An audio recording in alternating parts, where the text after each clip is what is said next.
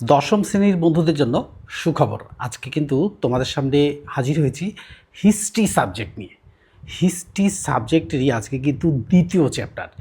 এই দ্বিতীয় চ্যাপ্টার কোন বই থেকে করব, অর্থাৎ যে কোনো একটা রাইটারের বই তো পড়তেই হবে। তো আমার কাছে আছে ইতিহাস ও পরিবেশ বাণী সংসদ। এই বাণী সংসদের এই বইটা কিন্তু আমার কাছে আছে। এই বইটারই কিন্তু আজকে দ্বিতীয় চ্যাপ্টার তোমাদের সাথে শেয়ার করব।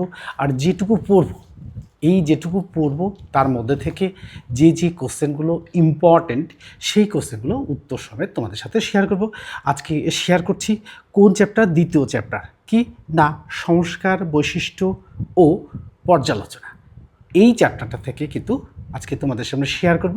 আর শেয়ার করার সাথে সাথে যে প্রশ্নগুলো হবে, অর্থাৎ যে প্রশ্নগুলো ইম্পর্ট্যান্ট সেই প্রশ্নগুলো কিন্তু আজকে তোমাদের সাথে শেয়ার করব। আর শেয়ার করার সাথে সাথে কী হয়ে যাবে না, তোমাদের কিন্তু মাধ্যমিকের ঝুলিতে 95 অ্যাবাভ মার্কস অ্যাচিভ করার সুযোগ চলে আসবে। তো দেখো, তোমাদের ক্লাসে যে সামেটিভ পরীক্ষাগুলো হয়, সেই সামেটিভ পরীক্ষা তথা টেস্ট এক্সাম তথা 2027 সালে তোমরা গিয়ে মাধ্যমিক দেবে।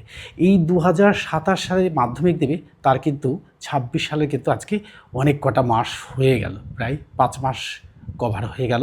তো এর মধ্যে থেকে কিন্তু আমরা পড়া শুরু করেছি, কেউ পড়া শুরু করেছি, কেউ বা এখনও সঠিকভাবে শুরু করিনি।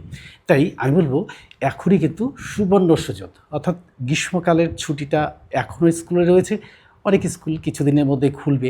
তাই এর মধ্যে থেকেই কিন্তু আমাদের পড়াটা শুরু করে দিতে হবে। আর পড়াটা শুরু করলে কি হবে না, তোমাদের মাধ্যমিকের ঝুলিতে কিন্তু 95 অ্যাবাভ মার্কস অ্যাচিভ হয়ে যাবে। তো দেখো, এই দ্য লার্নিং চ্যানেল থেকে কিন্তু আমি গতবারে ভিডিও শেয়ার করেছি, শুধু একটা সাবজেক্ট নয়, তোমাদেরই অর্থাৎ দশম শ্রেণী কী ইংরাজি, Bangla, history, geography and life science. আর প্রত্যেকটা বিষয় থেকে কিন্তু 100% কোশ্চেন কমন এসছে। তো এই 100% কোশ্চেন কমন এসছে কীভাবে জানবো তোমাদেরই দাদা দিদিদের কাছে জিজ্ঞাসা করো। আর না হলে তারা না বলতে পারলে সরাসরি চলে যাও কোথায় না, চ্যানেলে গিয়ে কিন্তু একটু খুঁজলেই দেখবে যে সব কোশ্চেন কমন চলে এসেছে। তাই আর দেরি না করে সরাসরি চ্যানেলে চলে যাও এবং চ্যানেলে গিয়ে দেখো কোন ধরনের কোশ্চেন শেয়ার করা হয়েছে, অর্থাৎ বড় কোশ্চেন, শর্ট কোশ্চেন, সব কোশ্চেন কিন্তু তোমাদের শেয়ার করা হয়েছে এবং উত্তর সমেত শেয়ার করা হয়েছে। তো আজকেও কিন্তু সেই উত্তর সমেতে শেয়ার করব। আর তোমাদের উত্তর সমেত শেয়ার করার সাথে সাথে কি হবে না, তোমাদের নম্বরটা অ্যাচিভ হয়ে যাবে। তাহলে চলো শুরু করি। দেখো, আজকে শুরু করব এই চ্যাপ্টার থেকে, অর্থাৎ দেখো কোন চ্যাপ্টার, এই দ্বিতীয় চ্যাপ্টারে দেখো সংস্কার, বৈশিষ্ট্য এবং পর্যালোচনা, এগুলো পড়ার পরে কিন্তু আমি সরাসরি কোশ্চেনে চলে যাব।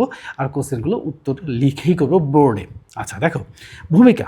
তো ভূমিকাটা একটু ভালো করেই পড়তে হয়। দেখো, আধুনিক ভারতের যাত্রা ঠিক কবে থেকে শুরু হয় তা নিয়ে এক বিতর্ক রয়েছে, অর্থাৎ বিতর্কের বিষয়।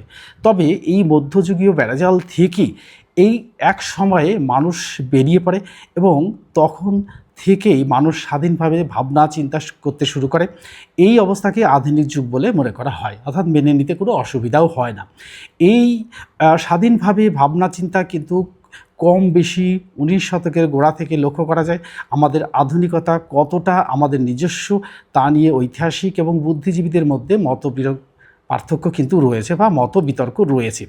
তো সেই সব তর্ক বিতর্কে না গিয়ে কথা বলতে বাধা নেই যে আমাদের চৈতন্যের জগতে যখন আমাদের বৈচিত্র্য চর্চার ত্রুটি বিচ্যুতি ধরা পড়তে থাকে, সেগুলিকে বিদায় দিতেই আমাদের কেউ সংস্কারের রাস্তায় হাঁটতে শুরু করে।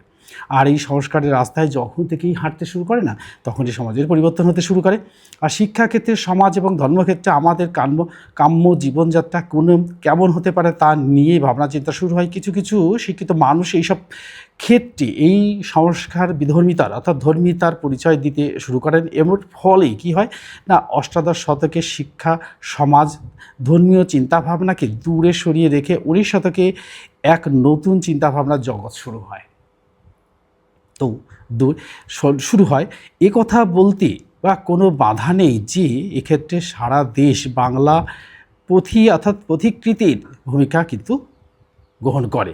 তো দেখো, এইবার আমরা চলে যাব যে এখানে দেখো একটা ছোট্ট বক্সের মধ্যে রয়েছে যে তত্ত্ববোধিনী পত্রিকা, সময়কাল কবে, অর্থাৎ কার্তিক 1789 সন, আর কত সংখ্যা, 291 সংখ্যা। অর্থাৎ এটাও কিন্তু আমাদের ইম্পর্টেন্ট। তো এর মধ্যে ইম্পর্টেন্ট যেগুলো হচ্ছে সেগুলো কিন্তু আমি তোমাদের উত্তর সময় শেয়ার করব।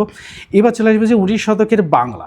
এই সাময়িক পত্র, সংবাদপত্র, সাহিত্যে সমাজের প্রতিফলন, অর্থাৎ এই সংবাদপত্র আর এই যে সাময়িক পত্রিকা আর এই যে সাহিত্যক্ষেত্র যে বিপুল পরিবর্তন আনতে পারে তা কিন্তু আমরা দেখেছি, এবং বিভিন্ন পত্রপত্রিকার মাধ্যমে আমরা জানতে পেরে খুব সহজেই সেগুলো কিন্তু আমরা উপলব্ধি করতে পেরেছি এবং সমাজের উন্নতি করতে চেষ্টা করেছি। তো এবার চলে আসবো যে 19 শতকের বাংলা সমাজকে জানতে হলে সমকালীন সাময়িক পত্রিকা, সাময়িক পত্র, সংবাদপত্র, সাহিত্যের দ্বারস্থ হতে হয়।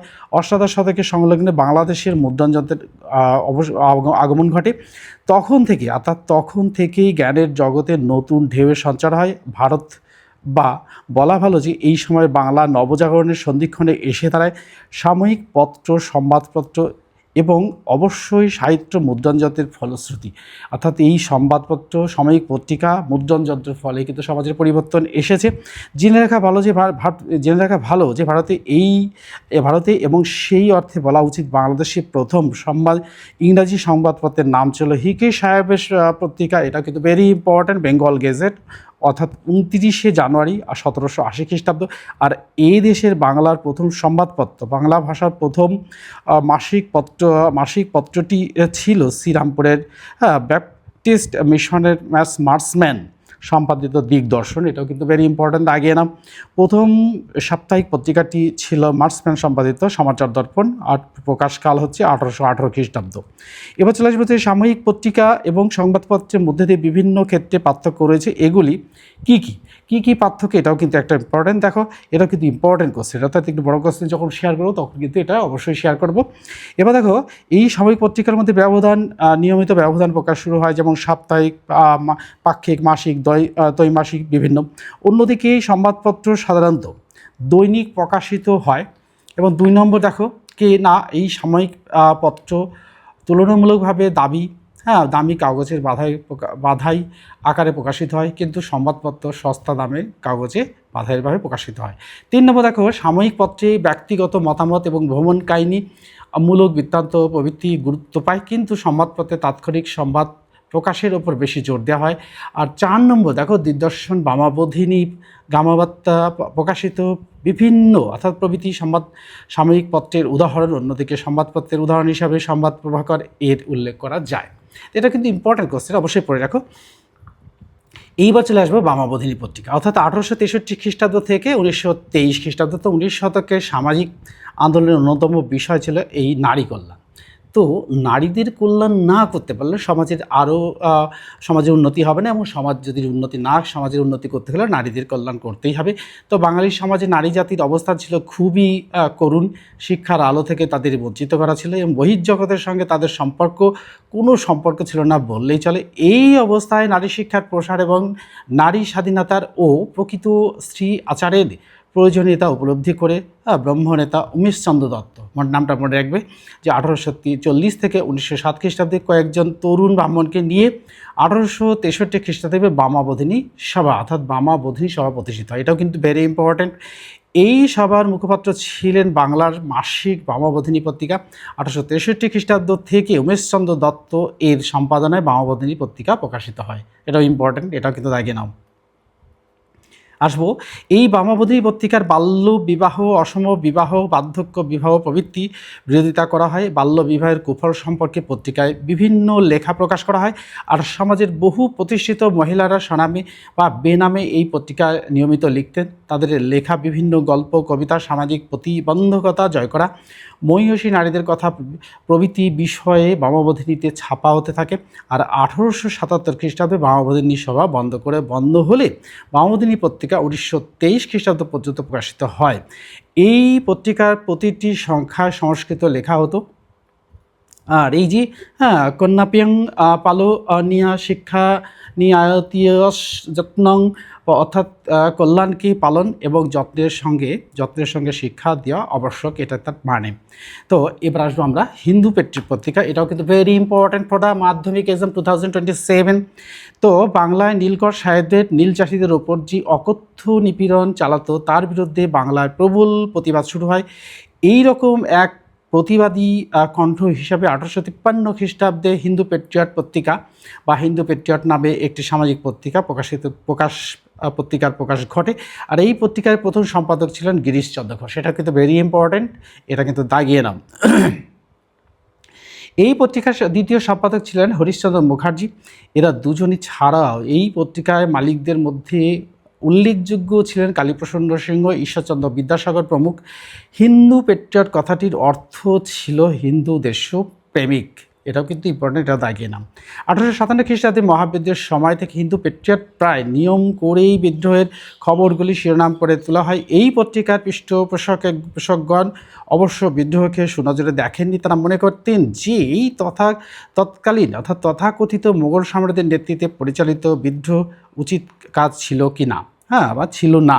তবে তাঁতিয়াতপীর বিদ্রোহী হিসাবে ফাঁসি দেওয়া হলে সব পত্রিকার সম্পাদক গিরিশচন্দ্র মুখার্জি তাকে শহীদের মর্যাদা দেন। এই সঙ্গে তিনি ঝাঁসি রানী লক্ষ্মীবাঈ, কানমার সিং প্রমুখের আত্মত্যাগকে স্বীকৃতিদান জানায়। নীল বিদ্রোহের নেতা কিছু কিছু ঘটনার ক্ষেত্রে হিন্দু পেট্রিয়টে সবচাইতে বড় কাজ ছিল আর সমাজের ইংরেজ সরকারের অবিচারের বিরুদ্ধে সবর হওয়া আর নীলকরদের অত্যাচার। তো দেখো, ইংরেজরা আমাদের দেশে এসেছে অবশ্যই, কিন্তু যেই 300 বছর শাসন করে কিন্তু আমাদের দেশটাকে তো একেবারে শেষ করে দিয়েছে। কিন্তু তারা শাসন করছে এমনভাবে শাসন করেছে যেটা নাকি আমাদের সহ্যসীমার বাইরে গেছে। তাই ওই প্রভাবশালী ইংরেজকেও কিন্তু আমাদের দেশ ছেড়ে পালিয়ে যেতে হয়েছে না বিদ্রোহের চাপে পড়ে। এবার চলে যাবো আমরা পরের পাতায়, অর্থাৎ আমরা চলে যাচ্ছি আজকে 22 পাতায়। এই 22 পাতায় গিয়ে দেখবো আমরা যে বিরুদ্ধে হিন্দি পেট্রিয়ট নীল চাষিদের প্রমুখ মুখপাত্র হয়ে গিয়েছিল। আর প্রধানত নীল চাষিদের দুঃখ দুর্দশার বিরুদ্ধে প্রতিবাদ জানিয়ে 19 শতকের এই প্রতিবাদী সাংবাদিক হরিশ্চন্দ্র মুখার্জি তার হিন্দু পেট্রিয়ট পত্রিকায় ক্ষোভ উগড়ে দেন। তিনি প্রথম ক্রমাগত রাজনৈতিক দৃষ্টিভঙ্গির পরিচয় দিয়ে ইংরেজ সরকারকে কিছু কিছু সংস্কার সাধনে বাধ্য করেন। হিন্দু পত্রিকার নেতিবাচক দিকও কম ছিল না। অধিকাংশ শিক্ষিত মানুষরাই এই পত্রিকা লিখেছিলেন এবং আমাদের সামাজিক শৃঙ্খলা রক্ষা করার জন্য বাল্যবিবাহ প্রয়োজনীয় এই প্রথার উচ্ছেদ করা হলে আমাদের যৌথ পরিবার এবং জাতপাত প্রথা ধ্বংস হবে, এটাও কিন্তু ছিল।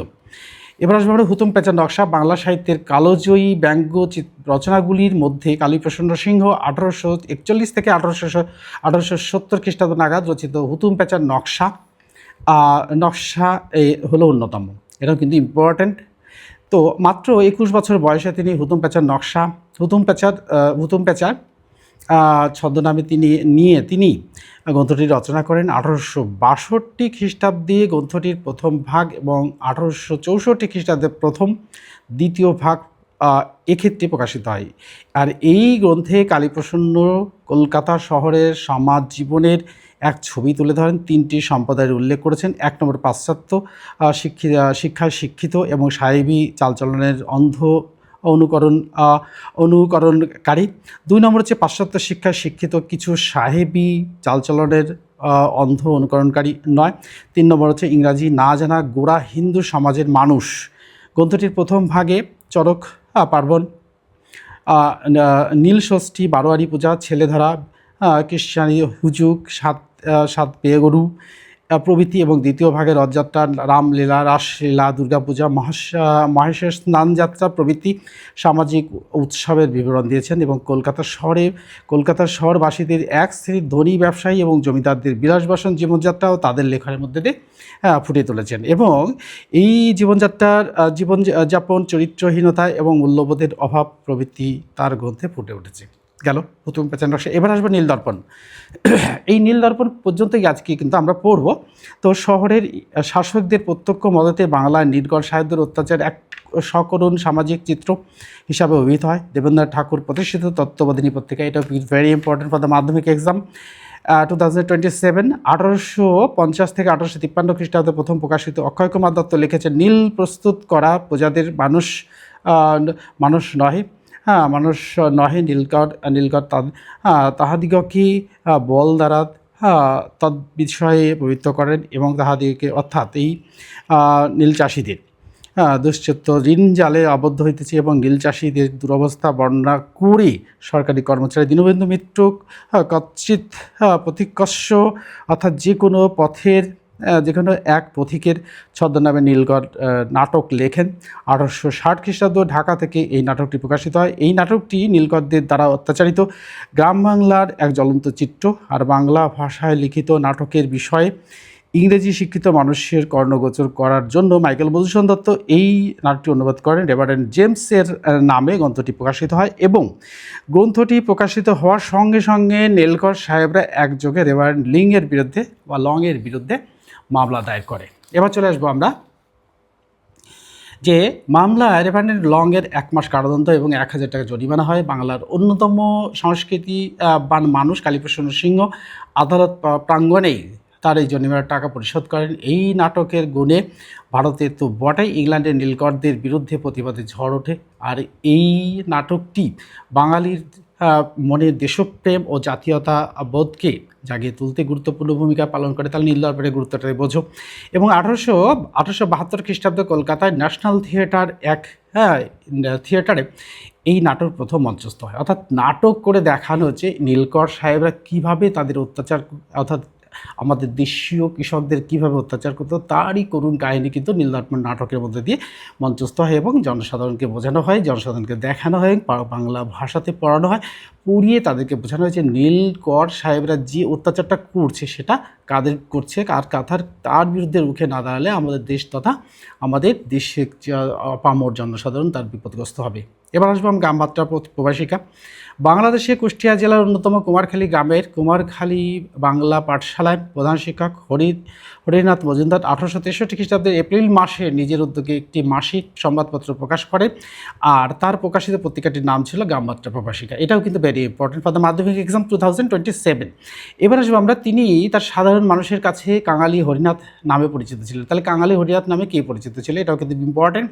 কাঙালি হরিনাথ নিজে তার পত্রিকা প্রকাশের উদ্দেশ্যে বর্ণনা করেছেন এইভাবে, অর্থাৎ আমি শুনিলাম বাংলা সংবাদপত্রের অনুবাদ করিয়া গভর্নমেন্ট তাহার মর্ম অবগত হইতে সংকল্প করিয়াছেন।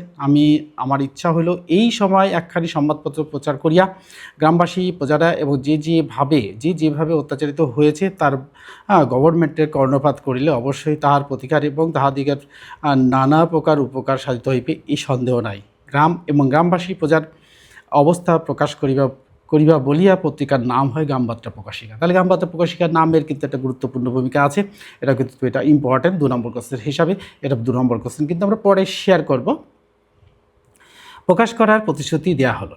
এবার আসবো যে এই গ্রামবার্তাটির শেষ অংশটুকু, অর্থাৎ এই গ্রামবার্তা প্রকাশিকা অবশ্য শুধুমাত্র গ্রামের খবরই প্রকাশ করতো না, একই সঙ্গে এখানে সাহিত্য, দর্শন আর বিজ্ঞানাদি আলোচনার ব্যবস্থাও থাকতো। আর এই পত্রিকার উদ্দেশ্য সম্বন্ধে পরবর্তীকালে হরিনাথের পৌত্র বিশ্বনাথ মজুমদার জানাচ্ছেন যে গ্রামের কল্যাণে দেশ হিতৈষী শহরে মানুষের দৃষ্টি আকর্ষণ এই পত্রিকার অন্যতম উদ্দেশ্য ছিল, যাহাতে গ্রামবাসীদের অবস্থা, ব্যবসা, রীতিনীতি, সভ্যতা, গ্রামীণ ইতিহাস, মফস্বল কর্মচারীগণের বিচার এবং আশ্চর্য ঘটনাদি প্রকাশিত হয়, তাহাই এই পত্রিকার প্রধান উদ্দেশ্য। অর্থাৎ এই গ্রামবার্তা প্রকাশিকা প্রধান উদ্দেশ্যটা কি তা জানা গেল। আর এই সমস্ত কারণে গ্রামবার্তা প্রকাশিকার বিষয়গুলি সমকালীন সামাজিক ইতিহাস জানার ক্ষেত্রে এক গুরুত্বপূর্ণ উপাদান হিসাবে চিহ্নিত হয়, তাই গ্রাম বাংলা প্রকাশিকা ভীষণভাবে গুরুত্বপূর্ণ। আর এটার উপরে টিকা কিন্তু আসতেই পারে বড় কোশ্চেন মাধ্যমিক এক্সাম 2027। এবার এইটুকুই কিন্তু আজকে আমরা পড়বো 23 পাতা পর্যন্ত। এই 23 পাতার মাঝামাঝি পর্যন্ত অর্থাৎ 19 শতকের বাংলা শিক্ষা সংস্কার বৈশিষ্ট্যর ঠিক আগে পর্যন্ত এইটুকুর মধ্যে যে কোশ্চেনগুলো আমি শেয়ার করবো উত্তর সময় সেগুলো কিন্তু আমি খাতায় লিখে রেখেছি। এগুলো কিন্তু তোমাদের সাথে শেয়ার করবো, শেয়ার করার সাথে সাথে তোমাদের নম্বরের ঝুলিতে কিন্তু নম্বরটা জড়ো হতে শুরু করবে। তাহলে চলো শুরু করি। দেখো, আমি যে কোশ্চেনগুলো শেয়ার করবো সেই কোশ্চেনগুলো কিন্তু বোর্ডে লিখে শেয়ার করবো উত্তর সমেত। তো 1 নম্বর কোশ্চেনটা আমরা লিখবো যে বাংলার নবজাগরণের জনক কে? বাংলার বাংলার নবজাগরণের জনক কে?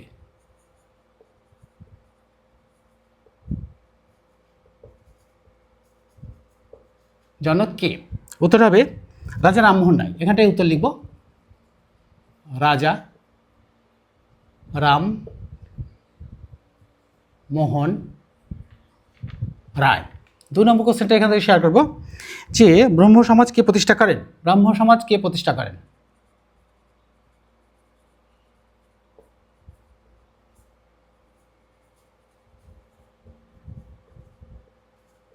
প্রতিষ্ঠা করেন রাজা রামমোহন রায়। উত্তরটা হবে এই একই, রাজা রামমোহন রায়।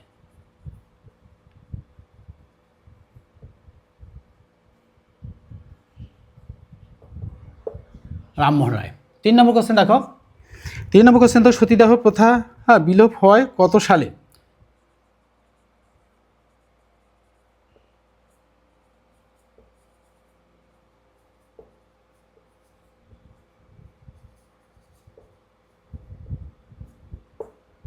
কত সালে? দেখো সালটা যে 1829।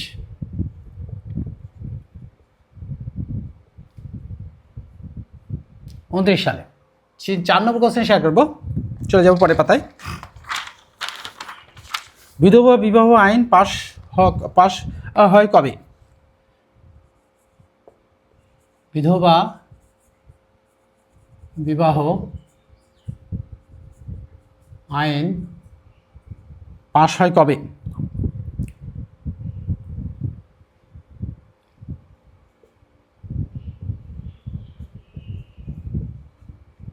কবে? সালটা হচ্ছে 1800। উত্তর 1856। 5 নম্বর কোশ্চেন দেখো, 5 নম্বর কোশ্চেন যদি হিন্দু কলেজ প্রতিষ্ঠা হয় কবে?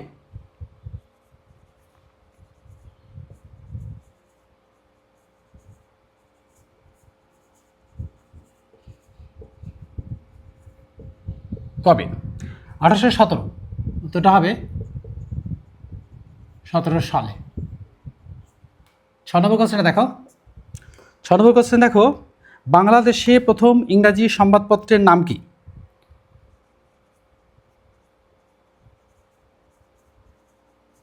বাংলাদেশে প্রথম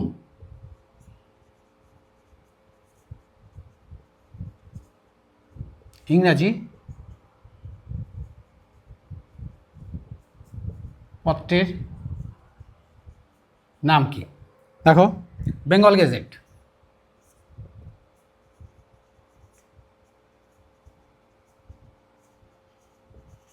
বেঙ্গল গেজেট। 7 নম্বর কোশ্চেন দেখো, বামাবোধিনী পত্রিকা কত সালে প্রকাশিত হয়? বামাবোধিনী পত্রিকা কবে প্রকাশিত হয়?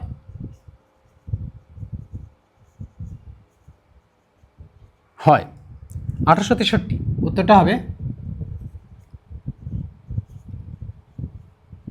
1863 সালে। চলে আসবো আমরা 8 নম্বর কোশ্চেন। 8 নম্বর কোশ্চেন দেখো, হিন্দু পেট্রিয়ট পত্রিকার প্রথম সম্পাদক কে ছিলেন? হিন্দু পেট্রিয়ট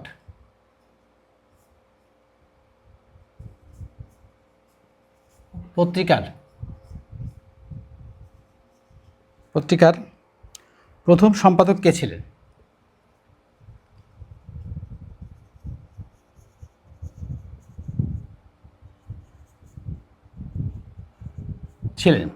দেখো গিরিশচন্দ্র ঘোষ। উত্তর গিরিশচন্দ্র ঘোষ। 9 নম্বর কোশ্চেন দেখো, বামাবোধিনী পত্রিকার সম্পাদক কে ছিলেন?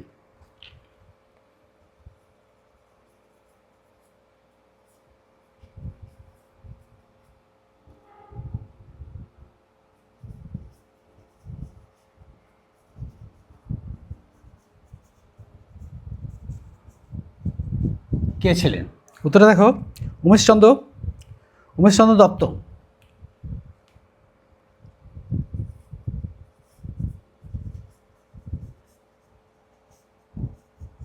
উমেশচন্দ্র দত্ত। 10 নম্বর কোশ্চেন দেখো, নীলদর্পণ নাটকটি রচনা করেন কে?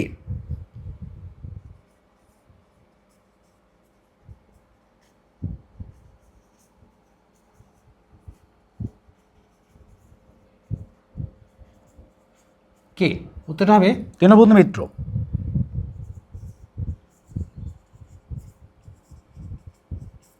মিত্র।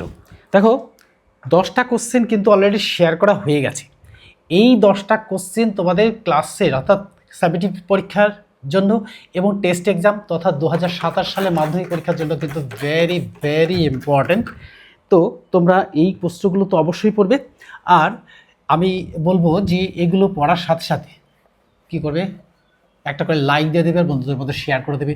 আর বন্ধুদের মধ্যে শেয়ার করে দিলে কী হবে, বন্ধুরা জানতে পারবে আর আমিও ভীষণভাবে উৎসাহিত হব এবং তোমাদের সাথে যুক্ত থাকব। আর নতুন যারা ভিডিওটি দেখছো তারা কি করবে, তারাও কিন্তু একটা লাইক দিয়ে দেবে, শেয়ার করে দেবে আর পাশে থাকা বেল আইকন বাটনটি অন করে দেবে যাতে তোমাদের কাছে সকলের আগে ভিডিওটি পৌঁছে যায়। আর ভিডিওটি পৌঁছে গেলে এখান থেকে যে কোশ্চেনগুলো শেয়ার করছি এগুলো কিন্তু তোমাদের সামেটিভ পরীক্ষা এবং টেস্ট এক্সাম তথা 2027 সালে মাধ্যমিক পরীক্ষার জন্য ভীষণই গুরুত্বপূর্ণ। তাই এই কোশ্চেনগুলো কিন্তু তোমরা পড়ো।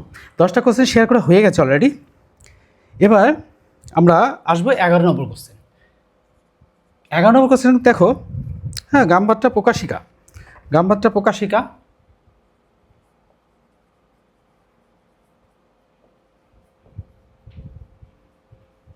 প্রকাশিকা কোথা থেকে প্রকাশিত হতো? কোথা থেকে প্রকাশিত হতো? দেখো উত্তরটা হবে কোথায় না, কুষ্টিয়া, কুমারখালী। কুষ্টিয়া, বর্তমান কুষ্টিয়া, কুমারখালী কোথায়? বাংলাদেশ। বাংলাদেশ। 12 নম্বর কোশ্চেন দেখো, 12 নম্বর কোশ্চেন দেখো, হুতুম প্যাঁচার নকশা।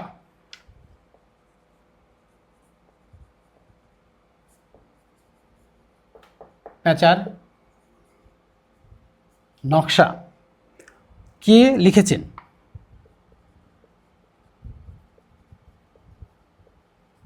কে লিখেছেন? উত্তরটা দেখো, কালীপ্রসন্ন সিংহ।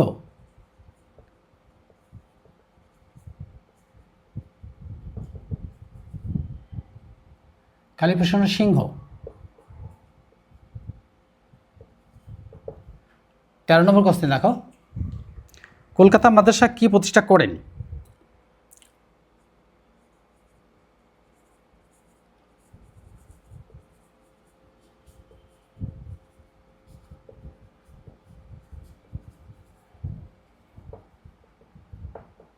উত্তরটা দেখো, উত্তরটা হবে ওয়ারেন হেস্টিংস।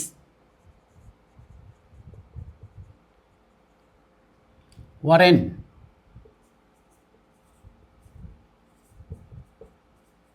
হেস্টিংস।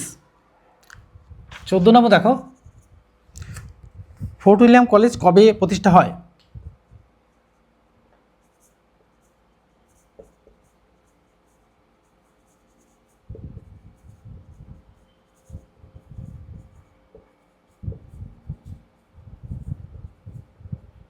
প্রতিষ্ঠা হয়, দেখো সালটা কত, 1800 সাল। 1800 সালে। 15 নম্বর কোশ্চেন দেখো, সংবাদ প্রভাকর। সংবাদ প্রভাকর পত্রিকার সম্পাদক কে?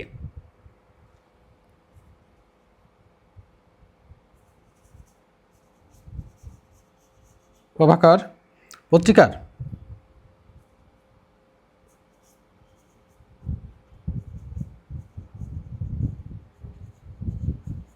সম্পাদক কে?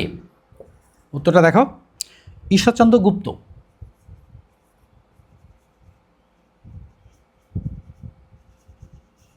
গুপ্ত। দেখো এই কোশ্চেনগুলোর বাইরে কিন্তু কোনো কোশ্চেন আসতে পারে না। অর্থাৎ এখান থেকে, অর্থাৎ এই চ্যাপ্টার থেকে যে কটা পাতা বললাম, এই 3টে পাতা থেকে 15টা কোশ্চেন, এর বাইরে কোনো কোশ্চেন আসতে পারে না, আসবে না। এটা কিন্তু 100% ধরে নিও। তাই তোমরা কিন্তু ভালো করে পড়বে। তাহলে কি হবে না, ক্লাসের সামেটিভ পরীক্ষা তথা টেস্ট এক্সাম তথা 2027 সালের মাধ্যমিক পরীক্ষার কিন্তু প্রিপারেশন শুরু হয়ে যাবে। তাহলে শুরু করে দাও আর ভালো করে পড়ো আর বন্ধুদের মধ্যে শেয়ার করে দাও। Good bye friends.